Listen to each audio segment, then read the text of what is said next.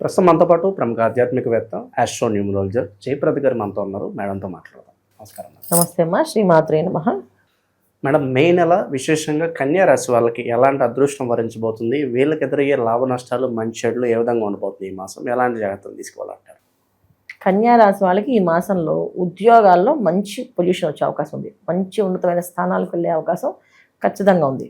కొంచెం గట్టి ప్రయత్నం చేస్తే వస్తుంది. ఎందుకంటే వీళ్ళకి ఈ మాసంలో భాగ్యస్థానంలో శుక్రుడు ఉండడం వల్ల కొన్ని వీళ్ళకి గుర్తింపు, పేరు ప్రఖ్యాతులు వచ్చే లాభాలు ఎక్కువగా కనిపిస్తున్నాయి. తర్వాత బుధుడు కూడా భాగ్యస్థానంలో ఉన్నారు, అంటే శుక్రుడితో కలిసి బుధుడు కూడా ఉన్నారు. దానివల్ల ఏంటంటే వీళ్ళ ఆలోచన విధానం చాలా బ్రహ్మాండంగా ఉంటుంది.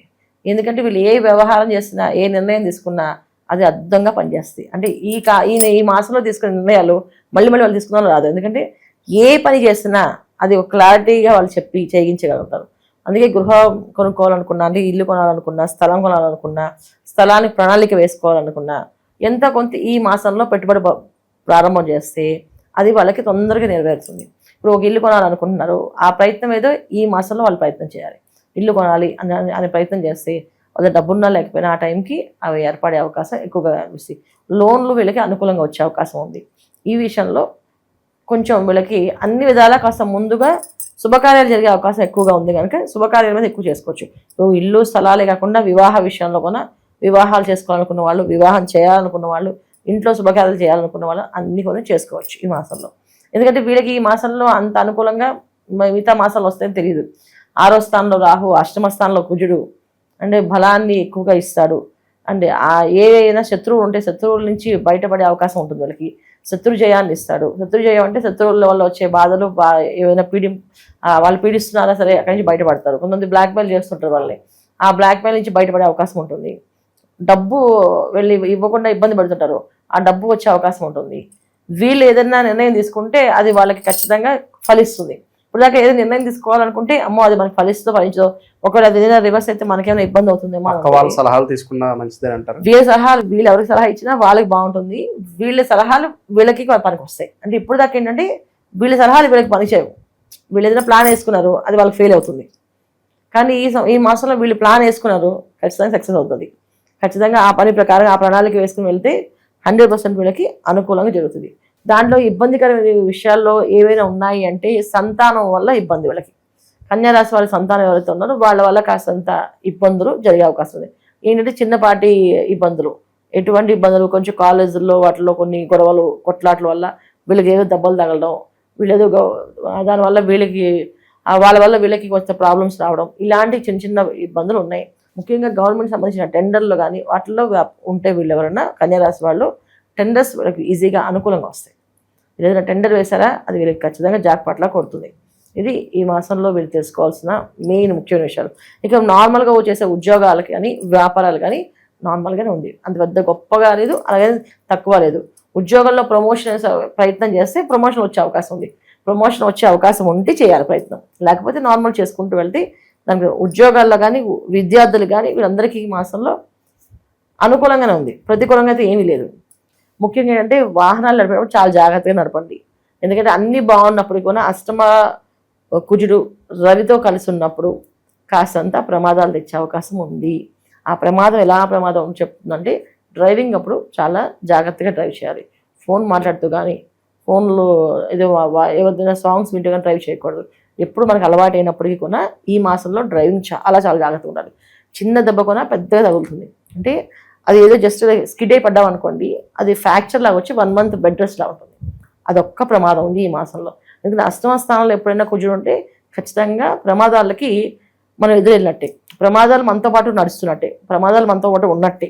అందుకని ముఖ్యంగా వాహనాలు చాలా జాగ్రత్తగా ఉండాలి. వీలైతే డ్రైవర్లు ఉంటే డ్రైవర్ని డ్రైవ్ చేయమని చెప్పి ప్రశాంతంగా కూర్చోవడం చాలా అవసరం, ముఖ్యం. ఇంట్లో వాతావరణం ఏ విధంగా ఉంటుందంటారు? ఇంట్లో వ్యవహారాలు అన్నీ కూడా నార్మల్గానే ఉంటాయి. ఎందుకంటే మనం అనుకున్నట్టు వృత్తి, ఉద్యోగాలు, వ్యాపారాలు, ఇంట్లో ఉన్న సమాజం ఎటువంటివైనా అన్నీ నార్మల్గా ఉంటాయి. ఇంకోటి ఏంటంటే వీళ్ళకి ఒకే ఒక అదృష్టం ఏంటంటే గృహం సంబంధించిన ఏదైనా ప్రయత్నం చేస్తే ఖచ్చితంగా మంచి ఇల్లు దొరుకుతుంది. ఇల్లు కానీ అయితే వివాహ ప్రయత్నం చేస్తే వివాహం అయ్యే అవకాశం కానీ ఇలాంటివి 100% వీళ్ళకి జరిగే అవకాశం ఎక్కువగా ఉంది. మేడం, బయట పరిస్థితులు మనం చూస్తున్నాము. ఆర్టిఫిషియల్ ఇంటెలిజెన్స్ ద్వారా చాలా వరకు ఉద్యోగాలు పోతున్నాయి. అలాగే ఆల్రెడీ జాబ్ చేస్తున్న వాళ్ళు కెరీర్‌లో గ్రోత్ లేక ఇబ్బంది పడుతున్నారు. అలాగే ఎప్పుడు ఉద్యోగాలు ఊడిపోతాయి అని చెప్పి భయపడుతున్న వాళ్ళు చాలామంది ఉన్నారు. ఈ పరిస్థితుల్ని చక్కబెట్టడానికి మంచి రెమెడీస్ ఏమైనా ఉంటే తెలియజేయండి. తప్పకుండా. అంటే ఇప్పుడు పరిహారాలు చేయడంలో ఒక పద్ధతి అయితే, నా ఉద్దేశం ఏంటంటే ఎప్పుడు కూడా మనిషి ఒక మనస్తత్వం ఎలా ఉండాలి అంటే, వాళ్ళందరూ వాళ్ళు రియలైజేషన్ ఉండాలి ఎప్పుడు కూడా. ఏ పనైనా, ఏ వ్యవహారమైనా. ఇప్పుడు ఉద్యోగాలు పోతున్నాయి, ఉద్యోగాలకు పరిహారమే కావాలి ఖచ్చితంగా అంటే, నేను చెప్పేది ఏంటంటే ఉద్యోగం అనేది ఏంటది? ఒక యోగం. అంటే యోగాలు ఇచ్చేవాళ్ళు ఎవరు మనకి? శుక్రుడు అధిపతి. ఆ శుక్రుడు అధిపతి ఉండడం వల్ల శుక్రుడు ఒక అనుగ్రహం కావాలి అంటే స్త్రీలను ఎక్కువ గౌరవించడము, స్త్రీలతో ఎటువంటి ఇబ్బందులు పెట్టకుండా, స్త్రీలతో ఎటువంటి అసభ్యపరమైన పనులు చేయకుండా ఉంటే వీళ్ళకి కలిసి వస్తుంది. అయితే ముఖ్యంగా స్త్రీలు అంటే ఎవరెవరు ఉండే వీళ్ళకి? ముఖ్యంగా తల్లి, భార్య, తర్వాత చెల్లెలు, వీళ్ళు ముగ్గురు ఉంటారు ముఖ్యంగా. వీళ్ళ ముగ్గురిని ఏమీ అనుకుని ఉంటే ఎవరికైనా సరే ఉద్యోగాలు పోవు. ఇది ఒక పరిహారం. చాలామంది ఏ రెమెడీ చేయాలంటారు, కానీ వాళ్ళని ఊరికే సతాయిస్తుంటారు, సరదాగా ఏడిపిస్తుంటారు చెల్లెల్ని, అక్కల్ని సరదాగా ఏడిపిస్తే వాళ్ళు ఏమవుతుందని చెప్పి. కానీ వాళ్ళకి ఎంత సరదా ఉన్నప్పటికీ వాళ్ళ మానసికమైన పరిస్థితి కొంత మనసులో కాస్త బాధపడితే అది వాళ్ళకి తగులుతుంది. అలాగే తల్లితోటి పోట్లాడకూడదు. వీళ్ళు పోట్లాడకుండా వాళ్ళు చెప్పినట్టు సరే అమ్మా చేద్దాం అని అనుకూలం చేద్దాం అని సౌమ్యంగా మాట్లాడితే ఖచ్చితంగా ఉద్యోగాలు నిలబడతాయి. తర్వాత భార్య భర్తల మధ్యలో భార్యని హీనంగా మాట్లాడినా, కాస్త నీకేం తెలియదు నోరు మూసుకుంటని చెప్పేసి మాట్లాడితే కూడా పోయే అవకాశాలు ఎక్కువ ఉన్నాయి. సో ముఖ్యంగా చేయాల్సిందంటే స్త్రీని ఎక్కువగా వీళ్ళు గౌరవించడం వల్ల వీళ్ళకి వస్తాయి. ఇది ఎటువంటి స్త్రీలకి ఏంటి, మిగతా బయట జరిగే స్త్రీలకు కాదు, ఓన్లీ ఇంట్లో వాళ్ళకి మాత్రం ఈ ప్రాధాన్యత వీళ్ళు ఇవ్వగలిగితే ఉద్యోగాలు ఖచ్చితంగా నిలబడతాయి. ఇది పెద్ద పరిహారం వీళ్ళకి. వీళ్ళు మౌనంగా ఇంట్లో సౌమ్యంగా మాట్లాడమే వీళ్ళకి పెద్ద టాస్క్. అది చేయగలిగితే అదృష్టవంతులే. ఇక దైవాదృష్టంలో ఉద్యోగం అంటే ఏంటంటే మాకు ఎప్పుడు కూడా అధికారంగా అగ్నితత్వమైన రాశి కుజుడు ఒక అధికారం ఉంటేనే డబ్బు సంపాదిస్తారు. ఎవరికైనా సరే జాతకంలో కుజుడు ఏ భావంలో ఉన్నారో ఆ భావానికి గురువు అధిపతి ఉండి గురువు వీక్షణ ఉన్నప్పటికీ డబ్బు బాగా సంపాదిస్తారు వాళ్ళు. అందుకే ఏంటంటే మంగళవారాలు ఎక్కువ సుబ్రహ్మణ్య స్వామి ఆరాధన చేయడం, సుబ్రహ్మణ్య స్వామి గుడికి వెళ్ళడము, ప్రదక్షిణాలు చేయడము, ఇది చేయడం వల్ల వీళ్ళకి ఉద్యోగాలు కూడా ఎప్పుడు కంటే ఉద్యోగమే కాదు అసలు రుణం అనే బాధ అనేది లేకుండా పోతుంది. రుణ బాధ నుంచి బయటపడతారు. రుణ బాధ అంటే ఏంటంటే అప్పుల బాధ లేకుండా ఉండగలుగుతారు.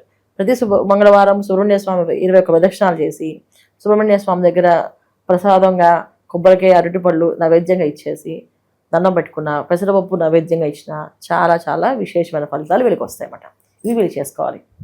ప్రస్తుత కాలంలో ఎలాంటి పరిహారాలు చేసుకోవాలి, ఎవరిని ఎక్కువగా ఆరాధిస్తే బాగుంటుంది? వీళ్ళు శివుడిని ఆరాధించడం చాలా విశేషంగా పనిచేస్తుంది. జాజి పూలతో స్వామివారికి పూజ చేయడం, శివుడిని ఎక్కువ ఆరాధించడం వల్ల వీళ్ళకి కాస్తంత అనుకూలంగా ప్రతిదీ జరుగుతుంది.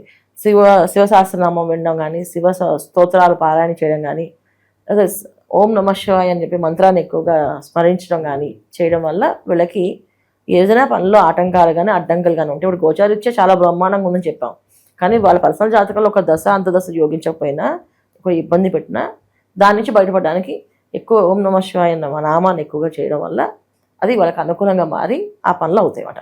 మంచి విశ్లేషణ అందించారు. ధన్యవాదాలు. నమస్తే అమ్మా. శ్రీమాత్రే నమః.